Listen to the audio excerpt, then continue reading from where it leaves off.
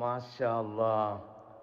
നമ്മുടെ റിയാസ് ഉസ്താദ് ഉണ്ടല്ലോ, ഈ ഉസ്താദ് ഓരോരോ അറിവുകളും നമ്മളിലേക്ക് പകർന്ന് നൽകുന്നുണ്ടതുണ്ടല്ലോ, ഇത് വല്ലാത്തൊരു കാര്യം തന്നെ കേട്ടാ. ഇപ്പോൾ ഈ പറയുന്ന ഈ ഒരു കാര്യം സത്യത്തിനും എന്നെപ്പോലുള്ള ഒരുപാട് ആളുകൾക്ക് അറിയാത്ത ഒരു സംഭവമായിരിക്കാം ഈ ഉസ്താദ് പറയുന്നുള്ളത്.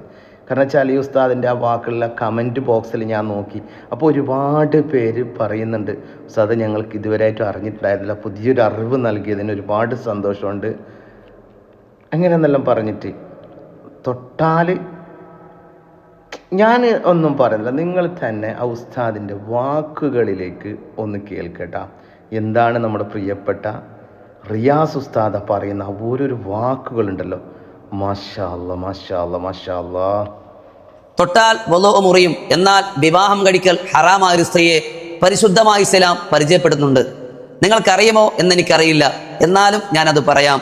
ഭാര്യയുടെ സഹോദരിയാണത്.